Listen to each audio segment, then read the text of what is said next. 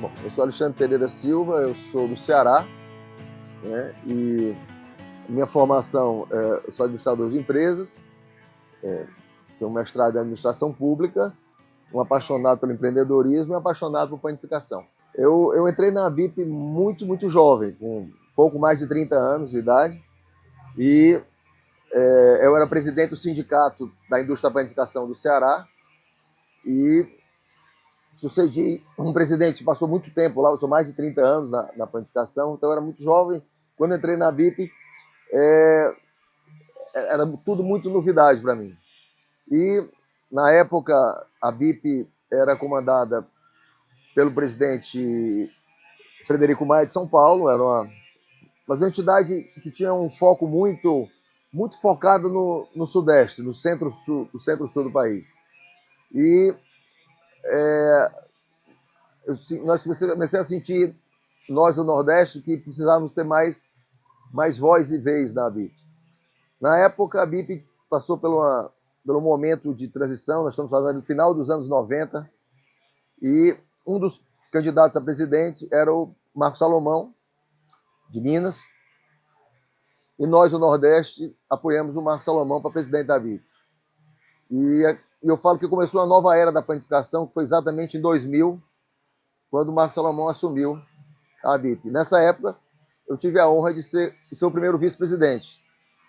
Criamos uma relação muito próxima de trabalho, de amizade, porque eu fiquei ao lado dele durante 6 anos, no seu primeiro mandato e no seu segundo mandato. E aí depois assumi a presidência da BIP, e por 7 anos. Depois, Batista, que era o meu vice-presidente, Zé Batista de Oliveira, que era meu vice-presidente, assumiu a presidência da BIP. Eu fiquei como um dos vice-presidentes, mas muito mais como um conselheiro. E hoje faço parte do Conselho Consultivo da BIP, na gestão do Paulo Meneghelli. Na realidade, foram 2 mandatos de vice-presidente do Marcos Salomão. Também assumi a BIP muito jovem, com 40 anos. Acho que foi o presidente mais jovem que assumiu a BIP. E aí, depois desse meu mandato como presidente, eu voltei a ser vice-presidente na gestão do Batista, mas já muito mais no Conselho, e depois no Conselho Consultivo. Na realidade, eu conheci a BIP quando eu me tornei presidente do Sindipan, do Sindicato da Indústria da Panificação do Ceará. Nós estávamos... Era um sindicato muito antigo, lá no Ceará, de muita atuação, e eu sabia que tinha uma associação brasileira, mas como o ex-presidente não tinha me passado muitas informações, eu não sabia como é que funcionava. Então fui à primeira reunião da BIP nos anos 90, no final dos anos 90, em Manaus. Eu lembro muito, foi a primeira... Na verdade, estou falando de quase 30 anos atrás. Estou falando de 95, 96, teve uma convenção em Manaus, num hotel chamado Areaú Tower, que era um hotel muito interessante, que era dentro da selva amazônica, dentro da floresta amazônica. E lá foi a minha primeira estreia. Eu lá conheci as grandes lideranças da panificação nacional. E lá também foi quando eu vi que a BIP precisava, naquele momento, também passar por uma renovação de lideranças, pela uma movimentação maior, principalmente em relação ao Norte e Nordeste. Então foi a partir daí que eu comecei a participar. Estou falando aí de 30 anos atrás. Na realidade, eu entrei no ramo que era o ramo da minha família, mas que não tinha mais atuação. Meu avô foi panificador. Meu avô é português, veio muito novinho da Ilha da Madeira, veio para o Brasil, e o meu bisavô montou uma padaria, começou a trabalhar com padaria. Meu avô deu continuidade e, na realidade, eu, pequenininho, era criado dentro da padaria do meu avô. Comia muito suspiro, comia muito pão de coco, que é um famoso lá no Ceará. E quando meu avô faleceu, os filhos, meu pai, meus tios, não quiseram continuar no ramo. Meu pai é médico, tem outros irmãos que são profissionais liberais, e eles venderam a padaria do meu avô. O ramo parou aí. E eu era muito jovem, tinha recém me formado em administração, mas já queria trabalhar, já tinha um mercadinho, já tinha um negocinho que eu tinha começado. E um dia me veio uma inspiração, por que não recomeçar o ramo do meu avô? Eu tinha, então, 24 anos. Estou falando de 1989. E aí comecei o ramo da panificação. Na época, as padarias de Fortaleza eram padarias muito tradicionais ainda, aquelas padarias com balcões, as pessoas chegavam lá para pedir o pão, vendia só pães e alguns derivados, leite. E a gente montou a primeira padaria em Fortaleza de autosserviço. A primeira padaria com desbalconizada. Uma padaria que era como se fosse uma loja. Isso é muito moderno hoje. Eu estou falando de 1989. Então, isso é muito moderno hoje, mas na época isso era muito... Eram só mulheres atendendo, as moças todas muito bem vestidas, todas maquiadas. As pessoas chegavam e escolhiam os pães. Eu quero pão francês mais queimadinho, mais branquinho. Então tinha todo um atendimento diferenciado. E o conceito era que era uma padaria moderna, mas o pão era como nos tempos da vovó. Então ele tinha esse conceito, fez uma mídia. E essa padaria se tornou um sucesso muito rápido em Fortaleza. E nós, em mais ou menos uns 10 anos, a gente tinha uma grande rede já. Tivemos 5 lojas na cidade de Fortaleza e mais 30 lojas dentro de supermercados. Dentro de supermercados, pequenas lojas, nós começamos a montar parcerias com rede de supermercados. Depois montamos indústria de pão, uma indústria de pães embalados, indústria de pão congelado. Então, durante esses mais de 20 anos que eu atuei na panificação, a gente atuou em todas as áreas, na área de padaria de rua, loja de rua, lojas dentro de lojas, o conceito de padaria dentro do supermercado, e a parte industrial também. Tem uma história interessante. Na realidade, eu conheci o sindicato e na época, eu provoquei o nosso presidente do sindicato, o senhor Edson Abreu, que era o ex-presidente, para que a gente montasse uma cooperativa de compras. Naquela época, a associação de compras era uma coisa que estava começando a se falar. E eu disse para ele, senhor Edson, por que o sindicato não presta esse serviço?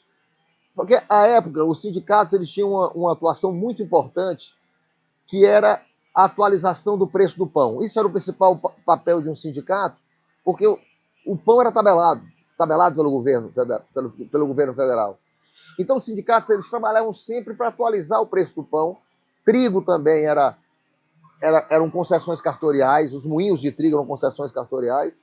Então, o setor era todo regulado, todo regulamentado e todo fiscalizado. A SUNAB fiscalizava. Então, era um setor com muitas complexidades. Então, os presidentes sindicais eram muito focados nessas complexidades e em aumentar o preço do pão. Isso era o principal. E eu, quando fui falar com ele, nessa época, foi quando, no governo Collor, presidente Collor, ele abriu as importações de trigo, desregulamentou essa questão do pão tabelado. Então, era um novo mercado que se iniciava. E eu fui falar para ele que a gente, por que não fazer uma associação de compras? Ah, mas isso não funciona não, meu filho. Eu disse, mas só vai funciona. A gente vai juntar aqui 10, 20, 30 padarias e vamos comprar juntos. Vamos ter força para comprar juntos. Não, isso não funciona. Mas se você quiser montar, pode montar. Aí, você imagina, um jovem lá de 28 anos de idade, 27, com muito gás, tinha montado já uma loja, estava montando a segunda, a terceira. Juntei as principais lojas, as principais padarias de Fortaleza, na época eram 30, e montamos uma associação de compras. E essa associação era muito forte, porque a gente comprava carretas de queijo mussarela. A gente comprava carretas de peito de frango para fazer coxinha.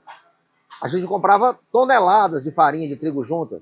A gente comprava caminhões de Coca-Cola junto. Então a gente começou a ficar muito forte, porque a gente comprava em conjunto, baixava preço, e as empresas passaram a nos cortejar muito. E eu era o presidente dessa associação de compras. Mas eu era diretor do sindicato lá. E aí os meus pares começaram a querer que eu assumisse a presidência do sindicato. Foi quando, lá aos 30 anos, eu assumi a presidência do sindicato. Então, assim, não estava nos meus planos entrar no sindicalismo. Quando eu entrei no associativismo, era muito mais para ganhar dinheiro e para ajudar que o setor ganhasse dinheiro junto. E deu certo, que era a Superpan, que era uma associação de compra. Hoje isso é comum, mas na época isso era muito novo. E aí foi quando eu fui para o sindicato. E aí do sindicato também não sabia nem que existia a BIP. Me falaram da BIP. Aí eu vi que o sindicato era associado à BIP. E aí passei a participar da BIP. Aí vi a importância da BIP. A dimensão nacional, a dimensão da importância da BIP. Quando eu entrei, a BIP já estava com uma diretoria em curso. Então eu era um associado. Nem diretor eu era.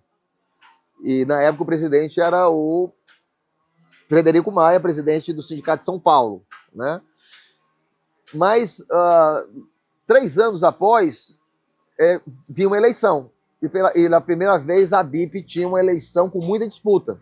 Tinham 3 candidatos a presidente. O Marcos Salomão, de Minas, o Elcio Rezende, nosso amigo saudoso Elcio Rezende, do Espírito Santo, e o Toninho, que era do Rio de Janeiro. Tinham 3 candidatos a presidente. Todos 3 muito experientes, todos 3 com competência, mas isso foi a sopa no mel para nós do Nordeste termos força. O que foi que fizemos? Juntamos o Nordeste e dizemos, vamos escolher um candidato. Para onde o Nordeste pender, é o candidato que ganha. Eram 3 candidatos. E aí nós fizemos, convidamos os 3 candidatos a conversar conosco. Eles foram apresentar o plano de trabalho que eles queriam para a BIP para os próximos 3 anos.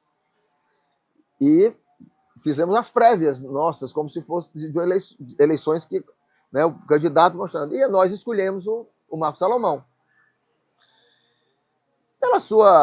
Por tudo que ele representa, pela liderança que ele tem, pelo trabalho que ele tinha em Minas, pelo conciliador que ele era.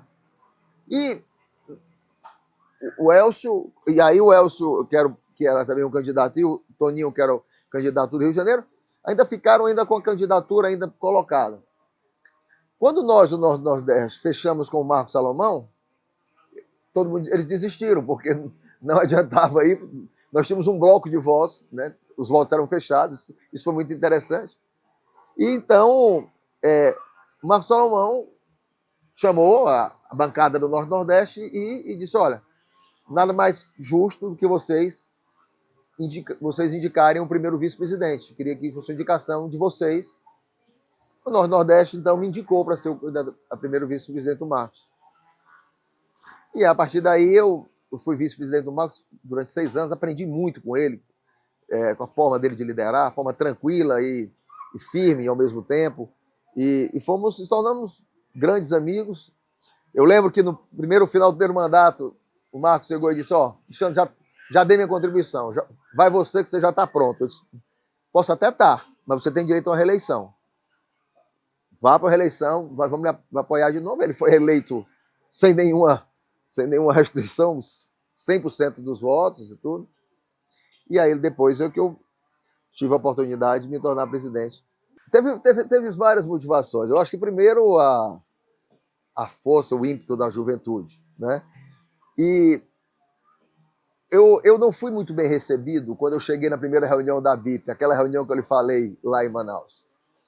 Porque os mais antigos não gostavam muito dessa turma. Eu estava sucedendo um presidente que tinha passado mais de 30 anos, que tinha sido muito bom, muito importante, mas que estava na hora de renovar. Você não pode passar 30 anos presidente do sindicato.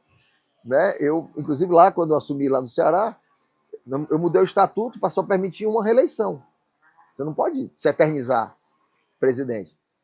Então, eu era um pouco visto como um jovem revolucionário que estava entrando na BIP, então não era muito bem recebido. Não fui muito bem recebido. E é claro que depois todos esses que não me receberam tão bem, depois se tornaram amigos e tudo. Então esse foi o primeiro ponto. E segundo ponto, quando eu senti, quando eu comecei a conversar, que esse era um sentimento de muitos presidentes, principalmente da turma do Norte-Nordeste, que tinham pouco ascensão ou influência nas principais decisões, com algumas exceções. Tinha um ou outro que tinham, mas os novos que estavam entrando tinham essa mesma sensação.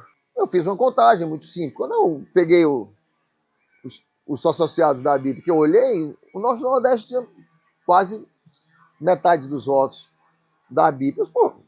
Se essa pessoa aqui se junta, fala a mesma linguagem e tal, Aí nós criamos um fórum Norte-Nordeste no Ceará.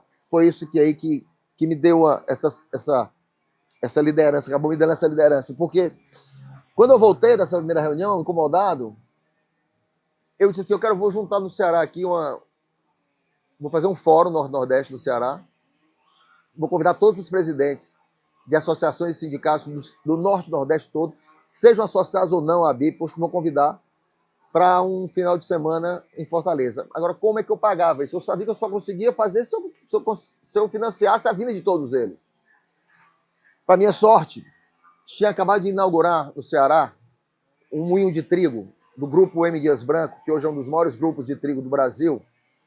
O saudoso seu Ivens Dias Branco era o presidente, que era amigo do meu pai, meu avô tinha trabalhado na padaria do pai dele, ele tinha uma relação, e eu era cliente dele.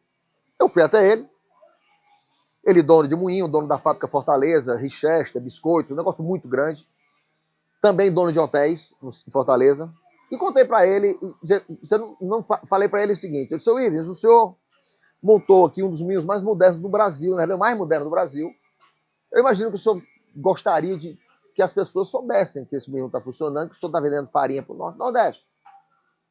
E eu tenho uma solução para o senhor, para a gente fazer isso.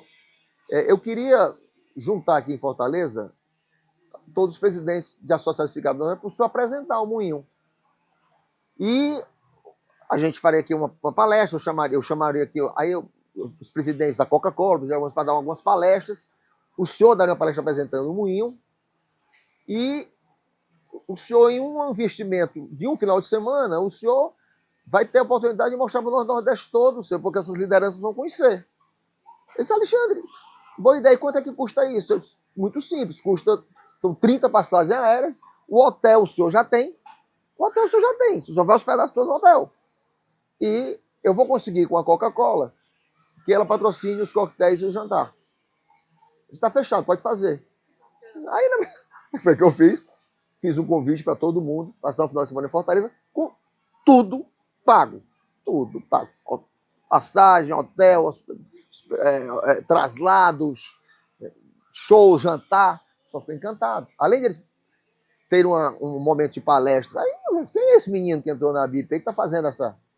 Então, a partir daí, foi nesse momento que o Norte-Nordeste consolidou. Foi o primeiro fórum Norte-Nordeste. Depois tiveram, acho que já está bem, teve até um 30º, durante muito tempo, tinha o fórum Norte-Nordeste, que eram as posições que o Norte-Nordeste tinha, que levavam em bloco para a presidência da BIP. Então, isso foi estratégico. Então, acabou sendo isso. O fórum Norte-Nordeste nós apoiamos Marcos Salomão, que se tornou presidente, foi um grande presidente, fortaleceu muito também esse Fórum Norte-Nordeste e depois me levou à presidência. Eu entrei como presidente no meio de um processo que o Marcos Salomão iniciou, que é muito interessante, até emblemático. Quando o Marcos assumiu em 2000, a planificação do século XXI, inclusive nós temos esse livro que nós fizemos, que fala da planificação do século XXI, que mostra exatamente o período do início do Marcos Salomão e a continuidade do nosso período, que foi a mudança do setor de panificação no Brasil todo. E aí, para fazer justiça, as melhores padarias estavam em Belo Horizonte e em Vitória do Espírito Santo. Eram os dois modelos principais. E na época, Marcos Salomão trouxe o PROPAN, que era o Programa de Apoio à Panificação, que era um novo modelo de fazer gestão nas padarias, e a gente precisava levar esse modelo para o Brasil todo. Então, o Marcos iniciou em 2000. Quando eu assumi, eu dei continuidade a esse processo. Então, a gente teve a oportunidade, esse livro conta, de consolidar o novo conceito de padaria no Brasil. São Paulo, que é o maior mercado de panificação, tinha muita resistência a essa mudança do modelo de padarias. Quando São Paulo resolveu mudar, imediatamente se tornou a referência do Brasil, porque São Paulo, economicamente, o potencial é sempre maior do que todo o Brasil. Então, essa mudança de gestão, ela não era incorporada por São Paulo. São Paulo ainda insistia no modelo tradicional de padarias com balcões. Não é que esteja errado, não. Não estou dizendo que esteja errado, não. Eram padarias boas, padarias que os donos ganhavam dinheiro, padarias que já estavam na segunda, na terceira geração, ninguém queria mexer no modelo de gestão. Mas a gente estava passando exatamente por esse processo de muitas novas gerações assumindo padarias, e essas novas gerações estavam querendo mudar o modelo do negócio. Era exatamente como as padarias são hoje. Aí hoje São Paulo dá um show de padarias desse modelo, como Belo Horizonte dá, como Fortaleza dá, que são as padarias. Primeiro foram as padarias que tiraram os balcões, se aproximaram do cliente e passaram a oferecer uma gama muito maior de produtos. Depois as padarias passaram a oferecer, além do café da manhã, passaram a oferecer almoço, jantar, sopa, passaram a ser verdadeiras rotisseria, né, delicatessens, também entraram um pouco na área de supermercado, de vinhos e tal, de serviços. A padaria ela passou a ampliar mais a sua gama de oferta de produtos. E também ficou de muito mais difícil gestão. Porque eu sempre falo que padaria, a dificuldade de padaria é muito grande, porque padaria é indústria, comércio e serviço. É o único negócio que você industrializa, você comercializa e você presta serviço. Um supermercado, por exemplo, ele só comercializa e presta serviço. Uma farmácia só comercializa, só presta serviço. Uma indústria só industrializa e comercializa. A gente industrializa, comercializa e presta serviço. Então, é um setor que abrange todos os tipos. Então, assim, é de difícil gestão. Então, na hora que a gente abriu esse leque, também a gestão precisava melhorar. Então, esse processo, esse conceito que iniciou em 2000, no final dos anos 90, em 2000, quando o Marcos assumiu e eu dei continuidade, era o mais importante. E aí a padaria brasileira começou, inclusive, a fazer sucesso. A gente foi convidado na IBA, que é a maior feira de panificação da Alemanha, para levar o conceito da padaria brasileira para a IBA. Eu fui convidado para ir para a China, para levar o conceito da padaria brasileira na China. Nós fizemos, na nossa gestão como presidente, uma missão na China, na diretoria da BIP, para uma feira de panificação. Naquele momento, a China estava começando a comer pão. A China não comia pão, comia muito pouco pão. E a gente até brincava, né? Agora a China, quando começar a comer pão, vai desbalancear o trigo no mundo, né? Porque é gente demais e tal. Acabou que eles começaram a produzir muito trigo, não desbalanceou, mas se tornaram imediatamente o maior consumidor. As maiores redes de padarias hoje estão na China. Nós fomos a Pequim, fomos a Xangai, fomos a uma feira de panificação e levamos o conceito. Depois eles me convidaram, eu fui a Hong Kong, levar o conceito da padaria brasileira para a China. Vamos expor esse conceito. Então, na nossa gestão, assim, aí já entrando um pouco, talvez em pontos importantes da nossa gestão, essa internacionalização do modelo da padaria brasileira. Né? Levamos para a Feira na IBA, na Alemanha, levamos para Europein, levamos para Paris também, Europein, e levamos para a China. E essa foi talvez uma das formas que deu orgulho esse novo conceito da padaria brasileira. Bom, eu tive muitas emoções na BIP. A BIP foi um lugar que eu criei grandes laços de amizade, aprendi muito, né? Vi lideranças né, importantes se posicionarem, né? Tive a oportunidade de desenvolver, né, junto com a diretoria da planificação. Mas eu vivi eu estava presidente da BIP quando a BIP fez 50 anos. E a gente fez esse livro também. Né? Interessante que a gente tinha grandes parceiros na época. Esse livro foi patrocinado na época pela Souza Cruz, dos 50 anos da BIP.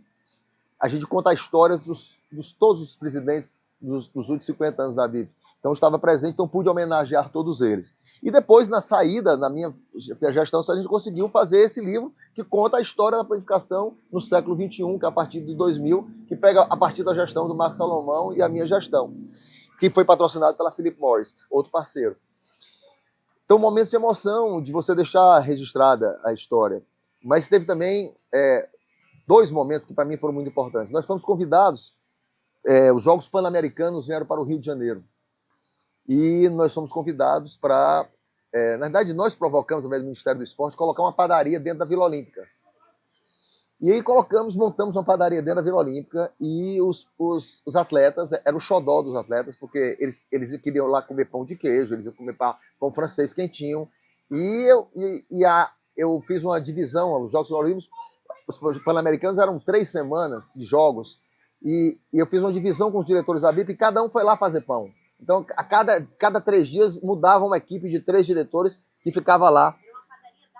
Uma padaria da BIP montada dentro da Vila Olímpica. Então, foi muito legal. E a gente, na época, e ninguém se incomodava em fazer propaganda do pão, porque é institucional, o pão é institucional. E aí a gente teve uma ideia de patrocinarmos alguns atletas com a marca assim, Pão é Energia.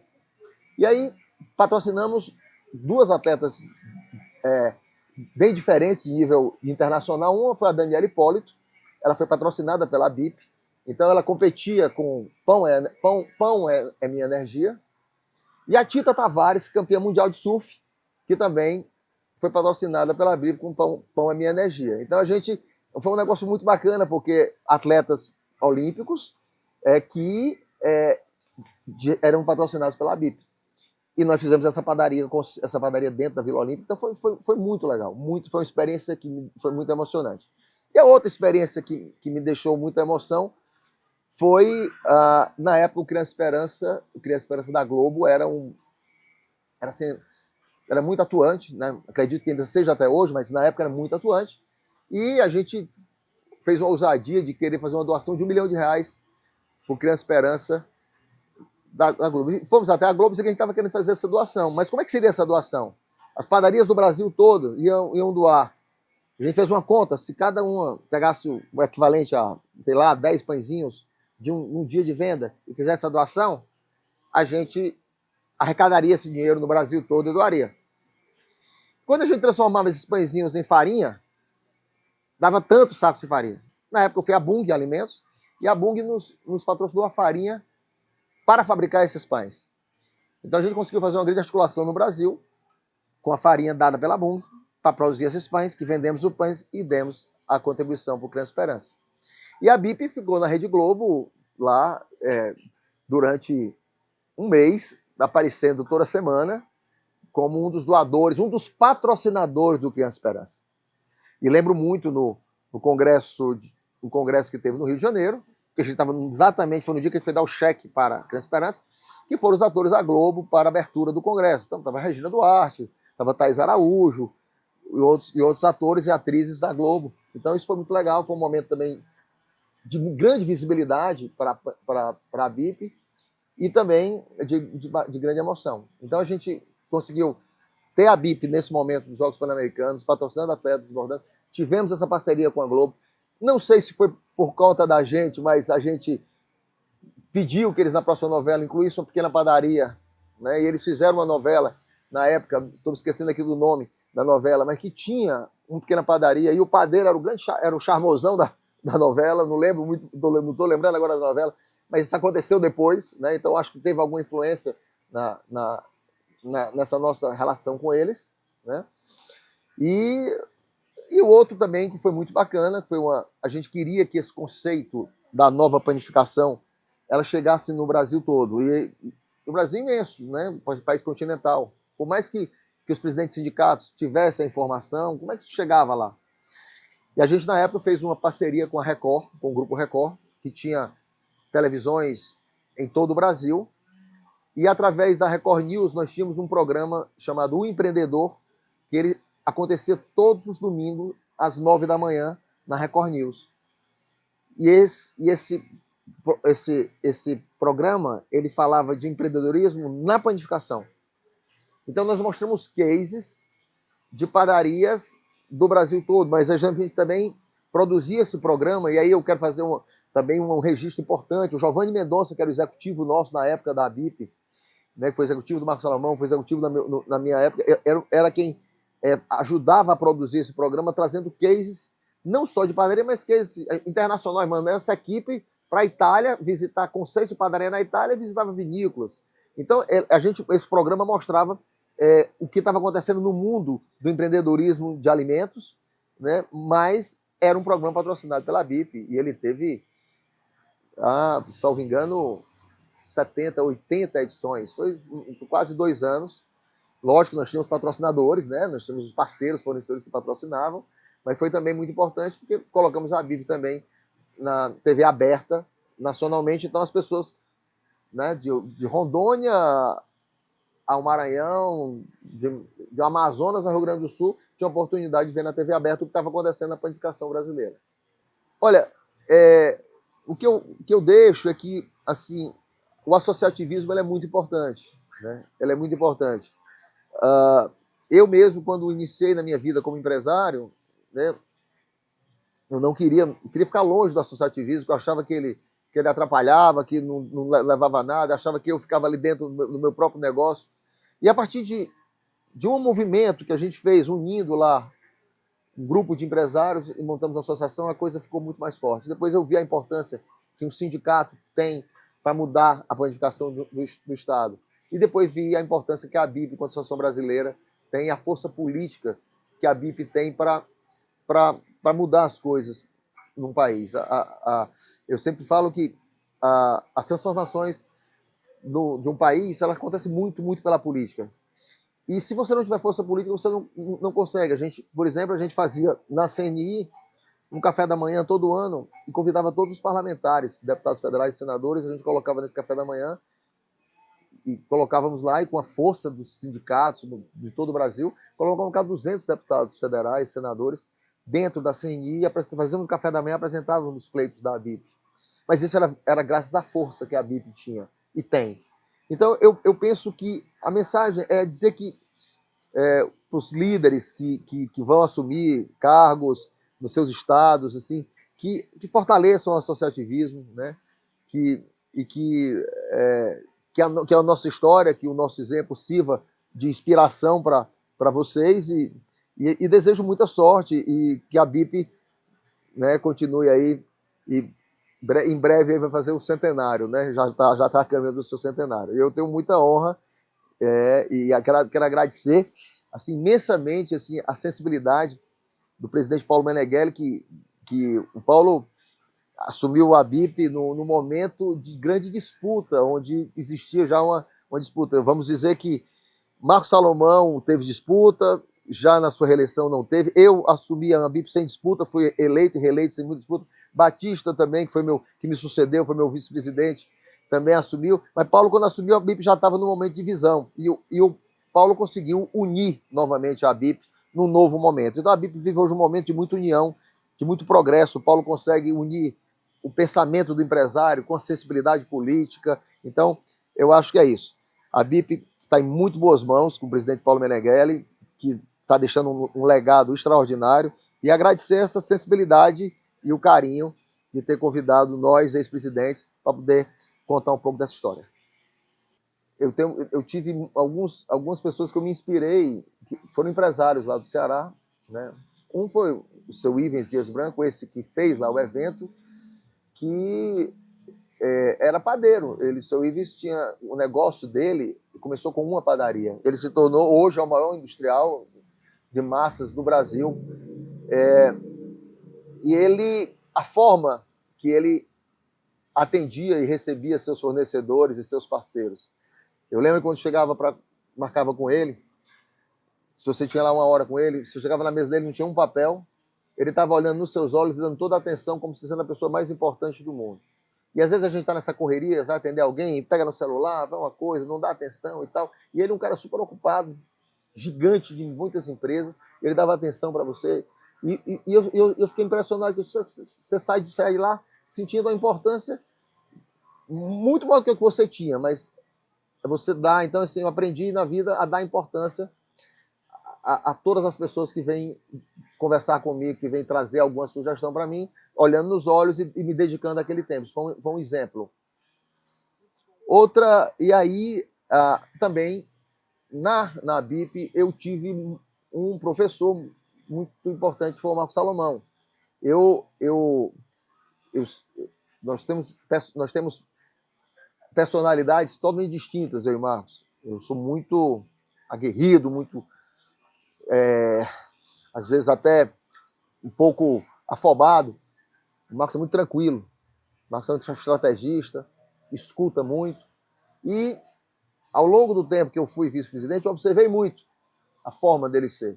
Que com a tranquilidade dele, com a experiência que ele tinha, tranquilidade, ele tomava decisões muito sábias, muitas vezes com a tranquilidade. Quando eu assumi a presidência, eu tinha toda aquela minha juventude, aquela minha força de inovar, de revolucionar, mas com muita escuta, com muita escuta também. Então isso também foi um exemplo para mim. Então, assim, eu queria dar um exemplo na área empresarial e um exemplo na área da BIP, na área da política classista. Olha, eu digo a você que eu fiquei muito feliz, né, com esse convite que o Paulo Meneghelli fez, porque eu tinha esquecido de muita coisa. Eu acabei que fui presidente da BIP, está fazendo quase 20 anos que eu saí. Já estou com 59 anos. Depois tive cargos estratégicos no meu estado, fui secretário de Estado do Desenvolvimento Econômico, fui secretário de Turismo da minha cidade Fortaleza durante 8 anos. Estava muito envolvido na administração pública dos meus negócios. E a BIP já estava ficando muito distante de mim, fazendo parte de um passado. Quando o Paulo me convidou, ele estava me fazendo reviver esse passado. E eu fui buscar os livros, eu comecei a me lembrar o que eu fiz pela BIP mesmo, fiquei tentando me lembrar. E é engraçado que na época eu me lembrei de alguns takes, aí fui pegar os livros, fui pegar as coisas e tinha muita coisa feita, tinha muita história para contar, né? Então, isso me fez muito bem, né? Eu acho que essa contribuição que a gente deixa é o que fica na vida, é o legado, né? É o que as novas gerações como você, né, podem aprender e fazer também. Ela representa companheirismo, ela representa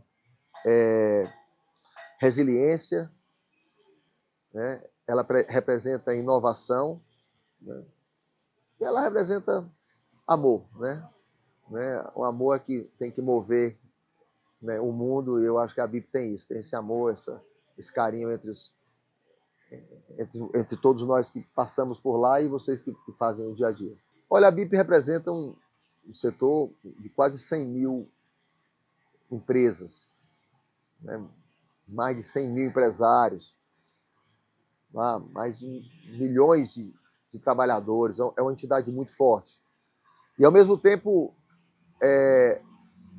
o Brasil vive hoje um momento de muita polarização política, um país com muita divisão, e eu acho que a gente do setor de planificação, que recebe milhares de pessoas nas nossas casas, a gente tem capacidade de...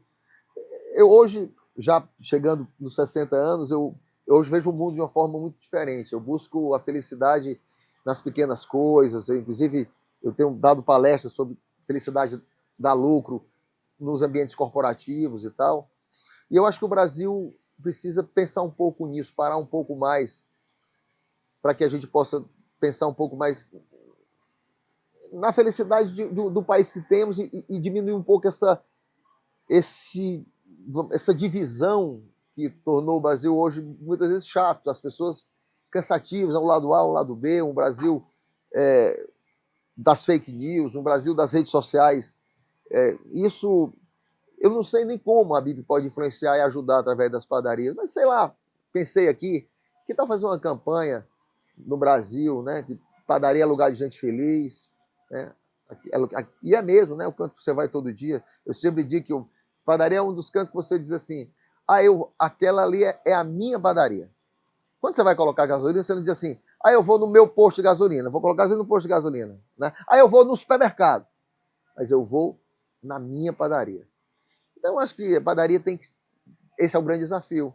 É a gente conseguir passar por um Brasil dividido, por um Brasil que está chato, um Brasil que está... lugar de felicidade, né? Boas campanhas né, de que a gente pode ser feliz num país maravilhoso, que com todos os seus erros e todos os seus problemas, né, com certeza ainda vai dar um exemplo para o mundo. Olha, eu acho que tem que ser uma coisa que é o que eu estou hoje pregando muito, que são os conceitos de felicidade dentro da psicologia positiva, né? Eu acho que e eu tenho estudado muito isso e tenho tentado passar que quanto mais as pessoas, no início, enquanto empresário, nas primeiras padarias, eu era um bom patrão, teoricamente, um patrão paternalista, porque pagava bem, dava alguns incentivos, mas eu sempre achava que, eu achava bonito dizer que o funcionário ou colaborador, quando ele chegava da porta para dentro, esquecesse seus problemas e ali dentro era lugar de ganhar dinheiro, lugar de produtividade. Hoje, a gente é muito claro que você não consegue dissociar a vida, né? A Jéssica da família, a mesma Jéssica da empresa, que é a mesma Jéssica da BIP, né? Que é a mesma Jéssica das amigas, é a mesma. Como é que eu posso dissociar que a pessoa entrou na porta do trabalho e vai esquecer que o filho está com problema, que o marido está desempregado e está com problema? Então, a gente precisa ter mais empatia, o mundo precisa ter mais empatia. E os empresários precisam se preocupar mais com isso. Recentemente, as pessoas estão obrigando as pessoas a tratarem a saúde mental de seus colaboradores. Eu acho isso fantástico, né? E eu acho que é isso que a gente precisa para fazer um mundo melhor. A gente não tem que esperar que o mundo fique melhor. A gente tem que começar a gente ficando melhor. E a gente ficar melhor é a gente tentar tentar ser feliz no dia a dia, nas pequenas coisas, no cafezinho da manhã, quando eu posso aqui calçar meu sapato e sair para trabalhar. Então, eu falo muito do diário de gratidão, que as pessoas todo dia têm que escrever um diário de gratidão das pequenas coisas que você é feliz, que você pode ser feliz, que não depende dos outros. E que isso transforma, isso de alguma forma vai transformando o mundo, né? Então, é um pouco isso, né? Minha palavra é, primeiro, do diário de gratidão por estar aqui, né? Ter a oportunidade, Deus ter me dado a oportunidade de estar aqui com vocês. E segundo, que sejam felizes nas pequenas coisas.